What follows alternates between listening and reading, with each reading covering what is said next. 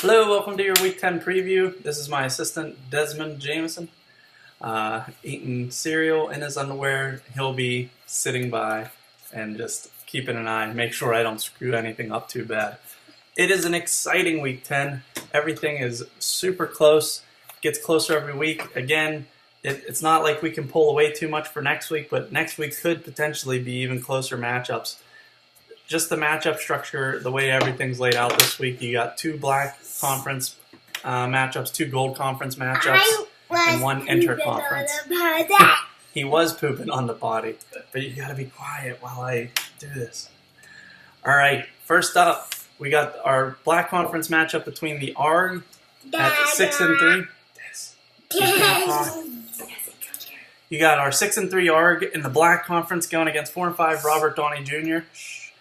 And ARG is currently in the lead in the Black Conference, although not by much. They're tied with Slaughterhouse in terms of record, and one game ahead of the Flying Spaghetti Monsters and 2 games ahead against this week's opponent, Robert Downey Jr. All right, go see Mama. All right. Oh, she's just dropping the kid. All right, this is going to be a quick one, though. So, notable buys for the ARG. They got Kirk Cousins and the very, very hot Emmanuel Sanders on the buy. This has Baker Mayfield in the lineup, which isn't great for them, but it's not terrible as the rest of their team is very, very solid. The unbelievable wide receiving trio of Beckham, Hill, and Landry, plus Zach Ertz at tight end in a nice backfield. They will put up a lot of points. Trying to fight the good fight this week, we got Robert Downey Jr. continuing to bring down the league leader and defending champion. He has Lamar Miller, Alex Collins, and John Brown on the bye. None of those are terrible, so hopefully they'll be close to full force. And a double defense on the bye caused for Indianapolis to get picked up and Dez Bryant to get dropped, which was rough. That stunk. But luckily for him, he tore his Achilles, so tough break, Dez. No Achilles. In the lineup, though, we have Aaron Rodgers, James White, Keenan Allen of note. Deshaun Jackson hopefully will have another big game with, can't think of a guy, but Tampa Bay, Fitzpatrick. And Marquez Valdez-Scantling's been doing really well with Geronimo Allison out. Hopefully he can put up some big points. I'm going to give this one to ARG, but I think that Robert Downey Jr. will put up a good fight. Hopefully they get the victory. Next up, we have the 6-3 Slaughterhouse taking on the 1-8 Fat Morte. Fat Morte has all but locked up the first pick next year. They have a 3-game lead. That's the next closest team is 4-5 because everybody else is so competitive. Fat Morte is falling apart at the seams this year due to age and injury. So obviously I like Slaughterhouse in this one. To break it down a little bit, even with Philip Lindsay and Cortland Sutton on the bye. Hey Des, can you be quiet please? With Philip Lindsay and Cortland Sutton on a bye, they still have Leonard Fournette coming back from injury. Hopefully he could put up a lot of points before he leaves in the third quarter with an injury for the rest of the year. I seriously don't think he'll make it through the game. See if I'm wrong. He's a great talent. He's the most injured person I've ever seen on a field, possibly. Follow that up with Brandon Cooks, Michael Thomas, and I guess Kenny Stills is healthy. Michael Thomas is going to put up a lot of points. I like Green Bay with the matchup. I believe they're playing Tampa, who just turnover city. They could score a lot of points. Patrick Mahomes also, Green Bay's playing Miami. That's a big defense stream of the week. But you got Patrick Mahomes playing against Jacksonville, which is going to definitely hurt them because although they're not having the best year, their pass defense is still pretty solid. On Fat Morte's side of the ball, you got Cooper Kupp coming back, Tom Brady, Melvin Gordon's back off the bye or injury.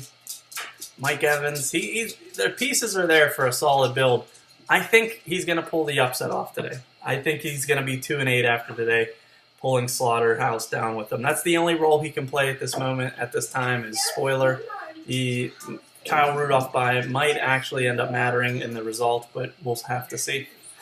Next up, Our one inter-conference matchup this week is Flying Spaghetti Monsters versus Steelers, both at 5-4. Watson is on a bye for the Flying Spaghetti Monsters, and Winston is on the bench still for some reason. It's a terrible coaching decision. So enter Josh Rosen, which would typically be pretty scary, and I think he would do terrible. But he is playing against the terrible, terrible passing defense of the Kansas City Chiefs. So good matchup, a little bit of luck there to help. Big buys, though, with Dalvin Cook coming back healthy. He's on a bye week this week, though, and team captain DeAndre Hopkins, of course, is not there. But with the wide receiver depth, Flying Spaghetti Monsters are able to fill in with Amari Cooper, who looks good in his new role in Dallas, Corey Davis, Devin Funchess, and Julio Jones to round it out. That's pretty good depth. A decent night from James Conner on Thursday, although not what he was expecting. And David Johnson has a great matchup this week against the the Chiefs. Same team. That would make sense, huh? But they're starting out in a hole as Ben Roethlisberger at AEB had a big Thursday night, and Adrian Peterson looks to continue hot. Nick Chubb still trying to find his role. I think he could have a big week, finally getting comfortable. Greg Olsen, not as good as Big Ben and AB on Thursday night. So it's going to be close. I'm going to give it to the Flying Spaghetti Monsters myself. But I do think it'll be close, and it's definitely a losable matchup. For the Steelers also, they have Adam Thielen on a bye, which is very, very helpful as that causes Jordy Nelson or Doug Baldwin to enter the lineup. Next up, Gold Conference matchup. Conference leader Resting Bitchface versus No Bad Juju. Both 5-4 again. These are big matchups to try and jockey for position in conferences. For Resting Bitchface, AJ Green is out. I don't know what he did. I know he's in a walking boot, but he is out. However, Cam Newton coming in. I don't know what Cam Newton did, but he's got Saquon Barkley back off the bye. Cam Newton had an okay night against the Steelers. And Kerryon Johnson looks to improve his touches for the week.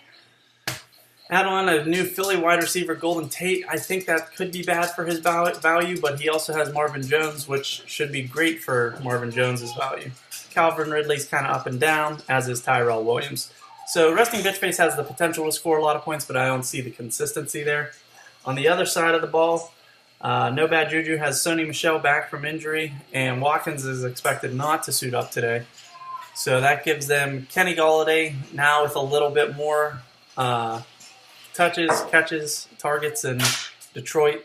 I think that'll be really good. Sony Michel back, Joe Mixon, Tevin Coleman. That's a great backfield, especially for next year whenever Tevin Coleman gets out of Atlanta. And Andrew Luck leading the helm.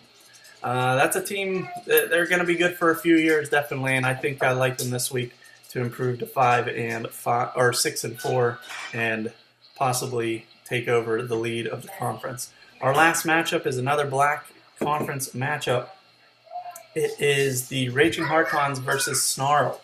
Snarl has Stephon Diggs on a bye and Robbie Anderson still on the mend, but the Hartons are full force this week with no notable buys or injuries, and they also have the Washington Redskins defense playing against Tampa Bay, which could get a lot of points.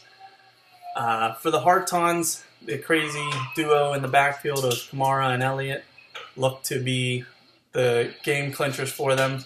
However, they do have Devontae Adams, Edelman, and I like Marquise Goldwyn, Robert Woods. Yeah, that's a solid team. Matt Ryan at the helm, Jimmy Graham at tight end. They're going to be tough to beat. I'm not sure how many points they're scoring there, but I feel like the Raging Hartons should have a better record than 4-5. The Snarl, as always, led by Todd Gurley. Duke Johnson finally getting some more love. Christian McCaffrey had a great night on Thursday to put the Snarl into a definite leading position. And Evan Ingram finally back from injury and bye weeks and all that stuff. Hopefully he has a good week for the Snarl.